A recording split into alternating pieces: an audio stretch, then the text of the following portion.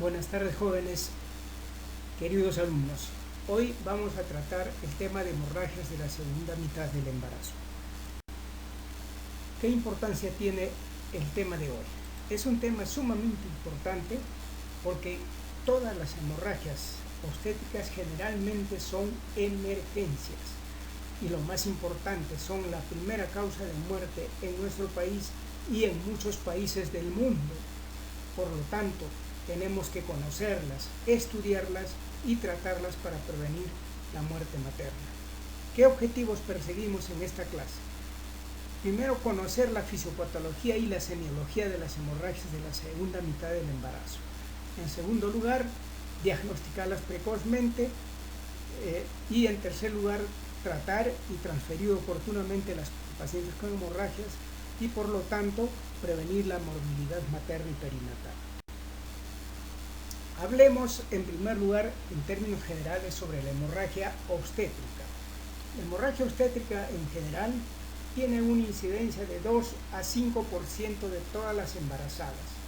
¿Qué consideraciones tenemos que tener cuando estamos frente a una hemorragia obstétrica? En primer lugar, tenemos que determinar cuál es la etiología de la hemorragia. Tenemos que saber valorar la cuantía del sangrado. Tenemos que determinar la edad gestacional en que se está presentando el sangrado y debemos saber evaluar el bienestar fetal y el bienestar materno. ¿Cuáles son las causas, los factores predisponentes y las pacientes vulnerables para hemorragia obstétrica? Tenemos causas como la placentación anormal, las lesiones de la vía del parto, los factores obstétricos, la atonía uterina y los defectos de coagulación. Nosotros nos vamos a ocupar de la placentación anormal, que constituye prácticamente la placenta previa, el desprendimiento prematuro de placenta, la placenta acreta, increta y percreta, la rotura uterina que no está acá y la rotura de vasa previa y el seno marginal. Las lesiones de la vía del parto son importantes, ¿no? Porque ahí tenemos los desgarros, la presencia de pacientes vulnerables por parto instrumentado, la rotura uterina, factores obstétricos de riesgo, la obesidad, hemorragia uterina puerperal, parto prematuro y el más importante, la atonía uterina, que se presenta en todos los casos que hay sobre distensión uterina y los defectos de coagulación que son importantes, especialmente el desprendimiento prematuro de placenta, uso de anticoagulantes, coagulación previa, síndromes de coagulación, etc. ¿Cómo vamos a valorar el sangrado? Es importantísimo que nosotros, para evitar las muertes maternas, tenemos que valorar la cantidad de sangrado. La hemorragia obstétrica se divide en cuatro tipos. El primer tipo, cuando se ha perdido el 15% del volumen sanguíneo total. Asumamos una paciente de 70 kilos con 6.000 centímetros cúbicos de sangre. En el primer grado, la pérdida del 15% equivale a 900 centímetros cúbicos. El segundo grado ya perdió el 15 a 30% de sangre y equivale a 1.200 a 1.500 centímetros cúbicos.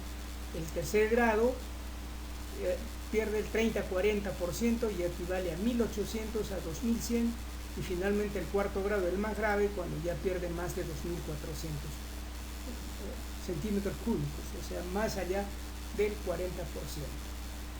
Como ustedes ven en la tabla, todos estos grados de hemorragia se van valorando con los signos clínicos maternos: pulso, presión arterial, frecuencia respiratoria, la diuresis, el color de la piel y estado de conciencia. Esta tablita es sumamente importante para ustedes que van a hacer serums. Yo les aconsejo que lo tengan presente en todo momento. A continuación, vamos a ver otra cosa que es muy importante para ustedes: cómo se repone el volumen de sangre en una paciente que está en shock hipovolémico. ¿Cómo lo hacemos en 24 horas? Vamos a ver una gestante de 70 kilos sin volumen sanguíneo estimado en 600 centímetros cúbicos. Para eso se ha ideado esta tabla que está en la guía de manejo de la hemorragia obstétrica, que se llama la guía clave roja. Como ustedes ven acá, se repone en dos etapas.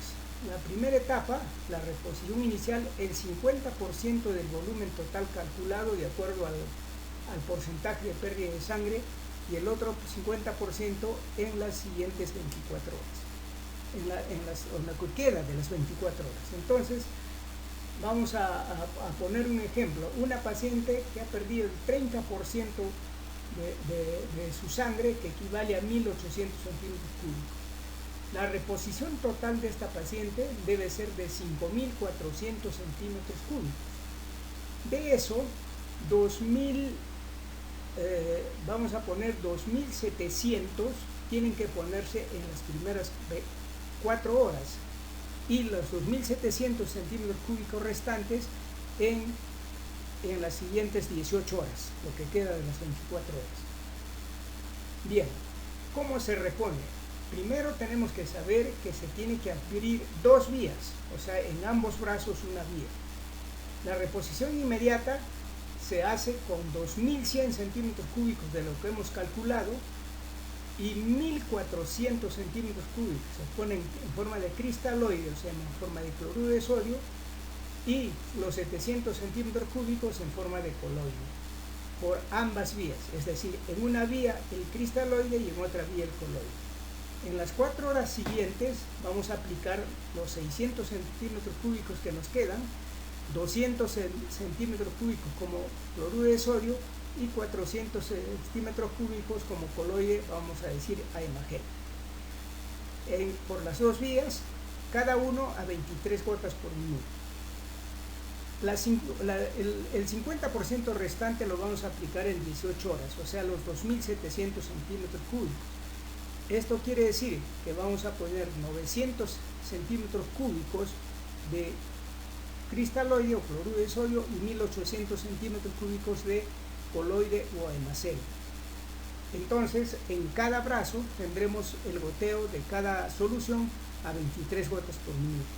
Y así lo vamos a hacer cuando la paciente ha perdido el 40%, el 50%, etc. En la tabla tienen ustedes la guía, cómo deben administrar los volúmenes para recuperar a la paciente en shock.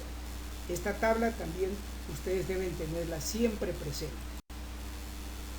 ¿Cómo clasificamos la hemorragia obstétrica? Se clasifica de acuerdo al momento en que se produce: antes del parto, en el puerperio y hemorragias secundarias. Antes del parto tenemos la placenta previa, el desprendimiento de placenta, rotura uterina, vasa previa y seno marginal, que es la que nos vamos a ocupar en esta clase.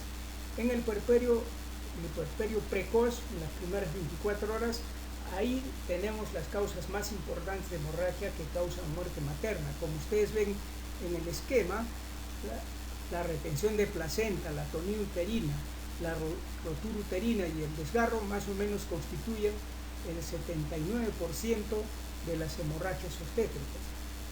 En el puerperio tardío también tenemos sangrado, que está entre las 24 y la sexta semana, y secundarias, coagulopatías congénitas o adquiridas, coagulación intravascular, coagulopatía posttransfusional, sepsis, etc.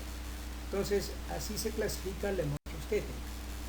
Ahora sí vamos a ver las causas de hemorragias en la segunda mitad del embarazo. Acá tenemos de causas uterinas y placentarias, lo que vamos a estudiar hoy: la placenta previa, el desprendimiento prematuro de placenta no inserta, la rotura uterina, rotura de seno marginal y rotura de vasa previa. Hemorragias en la segunda mitad del embarazo de causa cervical. Acá tenemos la cervicitis, la pérdida del tapón mucoso, un pólipo cervical sangrante, una neoplasia sangrante. En estos casos casi nunca hay hemorragia masiva, por lo tanto no constituyen mayor riesgo. Y otras causas de hemorragia de la segunda mitad del embarazo es de origen vaginal, por un trauma, un desgarro, una vaginitis, una inflamación o una neoplasia sangrante, que tampoco constituyen hemorragias masivas y de riesgo para la vida de la paciente. Vamos a ocuparnos de la placenta previa. La placenta previa es la inserción total o parcial de la placenta en el segmento inferior por delante de la presentación. Entonces, se presenta en el 0,5 a 1% de los embarazos mayores de 32 semanas. Como ustedes saben, el segmento inferior no es apto para la inserción placentaria. No tiene la cantidad de músculo que tiene el segmento superior. No tiene el grosor de la decidua que tiene el segmento superior. Y está formado más por tejido fibrocolágeno. Por lo tanto, no es adecuado para la inserción para la implantación de la placenta.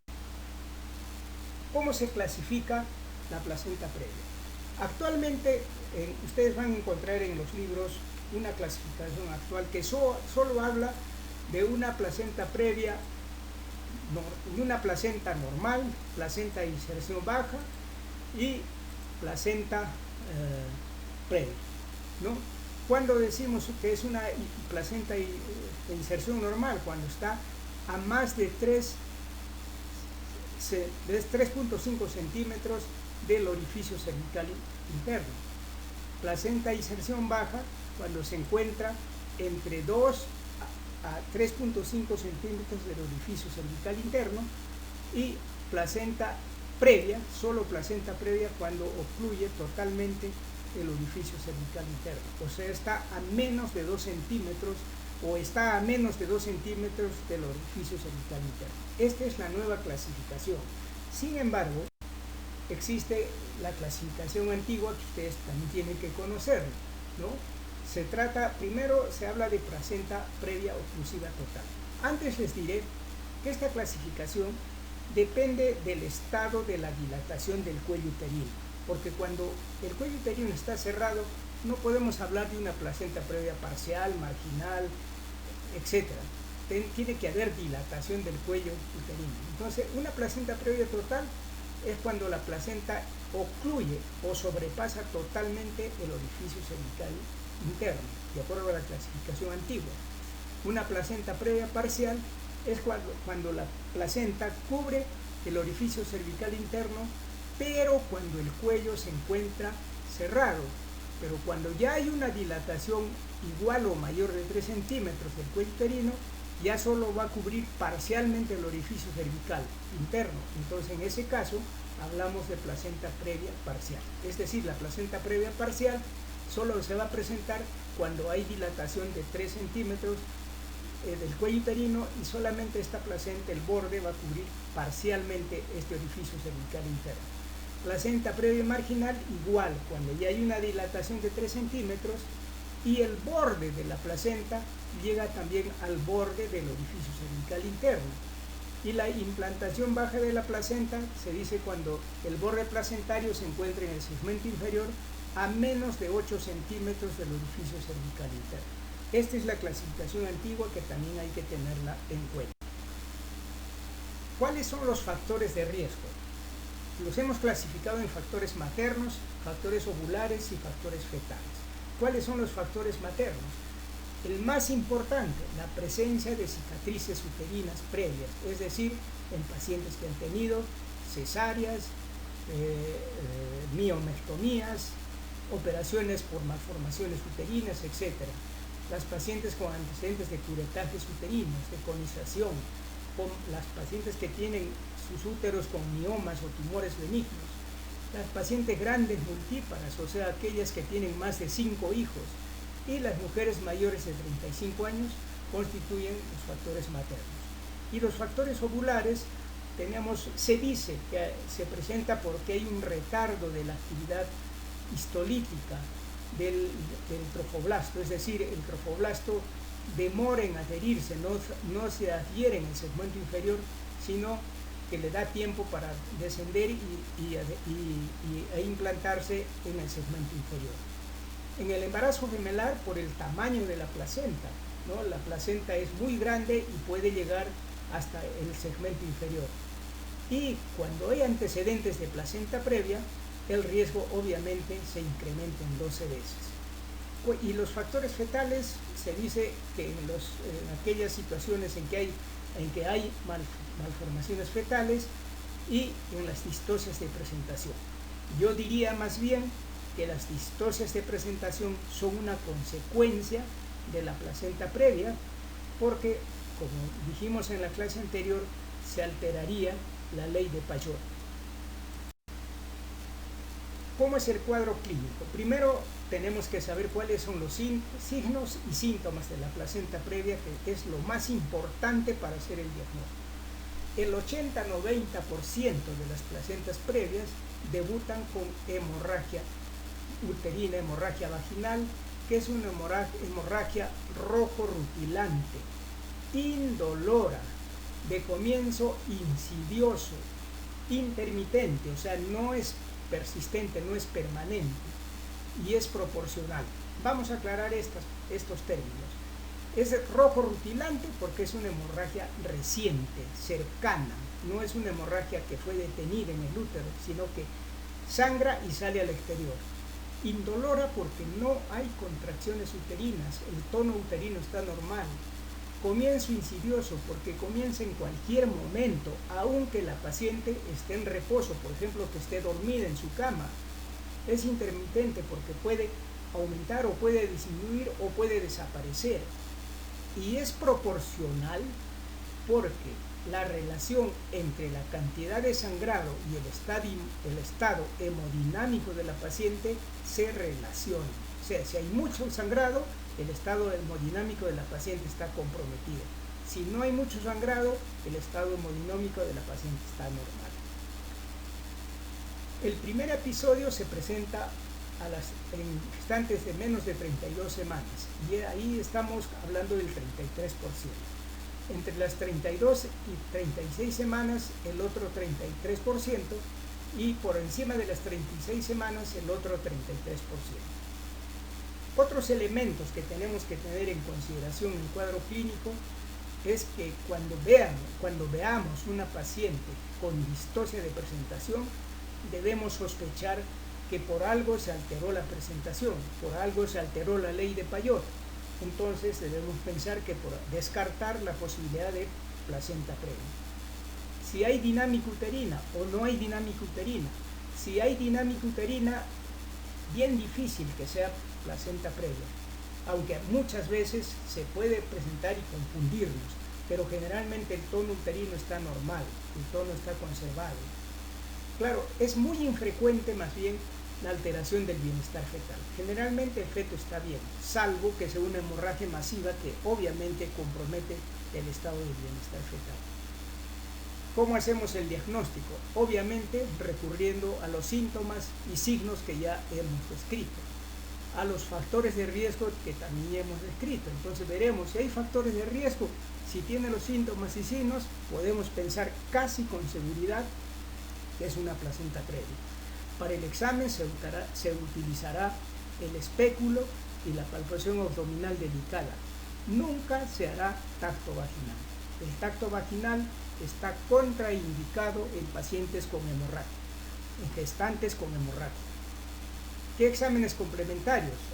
La ecografía transvaginal es una buena herramienta para hacer el diagnóstico. Generalmente nos hace el diagnóstico en el 98 a 99% de casos, y puede ser también la ecografía transabdominal, la eficiencia baja un poco al 93%. Se puede hacer resonancia magnética, que la usamos frecuentemente, y la placentografía con radioisótopos, que es muy raro utilizar. ¿Cómo hacemos el tratamiento? Para el tratamiento, primero tenemos que evaluar los riesgos maternos y perinatales. Tenemos que saber evaluar la cuantía de la hemorragia. Tenemos que, por favor, ustedes tienen que mirar a la paciente qué cantidad de sangre está perdiendo. Y también deben saber desde ahora en qué lugar se debe atender una paciente con placenta previa. Ahora, en cuanto al problema materno, tenemos que saber evaluar. Si evaluamos bien el estado la cuantía de la hemorragia, evaluaremos el estado hemodinámico de la paciente. Está chocada, está en shock hipovolémico, requiere transfusiones, requiere una cesárea de urgencia, tal vez una cesárea histerectomía por acretismo, etcétera. Todas esas cosas tienen que evaluar respecto a la madre. Y respecto al producto de la concepción tendrán que evaluar en qué edad gestacional se encuentra y descartar la prematurez, aunque es poco frecuente la alteración del bienestar fetal, como hemos dicho anteriormente. Otros factores a considerar serían qué tipo de placenta previa tenemos. ¿Es una placenta de inserción baja, una placenta previa oclusiva total? Si es oclusiva total, será indicación absoluta de cesárea, ¿no? ¿Y dónde vamos a hacer la cesárea? ¿En qué sitio? Tiene que ser una paciente, toda paciente con hemorragia obstétrica debe estar hospitalizada. ¿Y dónde? ¿Dónde? ¿En qué hospital? En un hospital de tercer nivel que cuente con banco de sangre, ¿no? Porque eventualmente vamos a necesitar sangre, porque vamos a evaluar la magnitud de la hemorragia. También evaluando la edad gestacional, si hay un feto prematuro, podemos evaluar la posibilidad de madurar el pulmón con corticoides y finalmente decidir en qué momento vamos a interrumpir la gestación. Claro que si no es placenta previa oclusiva total, se puede dar expectativa de parto vaginal, es decir, podemos tener una conducta conservadora hasta que el bebé llegue a la viabilidad. Previamente se administrará corticoides para madurar el pulmón y cuando llegue el momento del parto se puede hacer una rotura artificial de membranas, pero si vamos a hacer esto tenemos que contar con una sala de operaciones a disposición, tenemos que tener un monitoreo continuo tanto del estado hemodinámico de la madre como del bienestar fetal y tenemos que ir evaluando el descenso de la presentación. Si vamos a hacer cesárea en la placenta previa, tenemos que tener en cuenta qué tipo de placenta previa tenemos. Ya repito, ¿dónde vamos a hacer la cesárea? ¿En qué hospital? Tiene que ser en un hospital que tenga banco de sangre. Tenemos que tener sangre compatibilizada, es decir, tenemos que saber el grupo sanguíneo de la paciente y compatibilizar la sangre. Tenemos que tener dos vías, como se ha mencionado en la tabla de manejo del shock hipovolémico. El tipo de incisión uterina depende de ante qué tipo de placenta previa nos encontremos. Si hay acretismo, preferible será hacer una incisión vertical. No nos olvidemos que en este caso se tiene que aplicar el manejo de la hemorragia obstétrica de acuerdo a la tabla que les he mostrado anteriormente. Finalmente vamos a ver la placentación anormal, la placenta ácreta, íncreta y pércreta, ¿no? Es la implantación placentaria en que hay adherencia anormalmente fija a la pared uterina. ¿Y cómo se clasifica? Se clasifica en placenta ácreta cuando la placenta se adhiere al miometrio, íncreta cuando penetra en el miometrio y pércreta cuando atraviesa el miometrio y aún puede atravesar la serosa, o sea el peritoneo visceral. Tenemos que la incidencia tenemos que el 20% de las placentas ácretas se presentan en gestantes que han tenido el antecedente de una cesárea previa y el 65% de placentas ácretas se presentan en pacientes con antecedentes de 4 cesáreas. Es decir, el factor de riesgo más importante para el acretismo placentario es la presencia, el antecedente de cesáreas. ¿Cómo hacemos el diagnóstico? El diagnóstico se hace con ecografía Doppler transvaginal y a veces se confirma con resonancia magnética. La ecografía Doppler es una buena herramienta, muy buena herramienta para hacer el diagnóstico de acretismo placentario.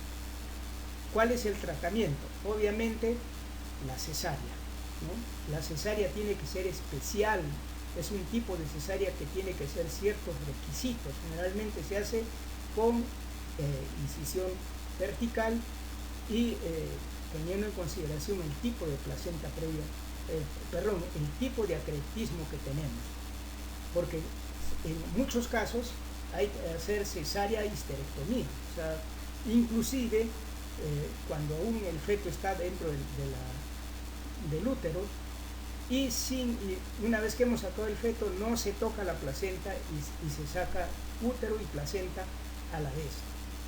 El hospital tiene que ser de tercer nivel, tiene que haber una sala de operaciones, especialistas capacitados para manejar este tipo de emergencia, banco de sangre y todas las demás especialidades para tratar las complicaciones.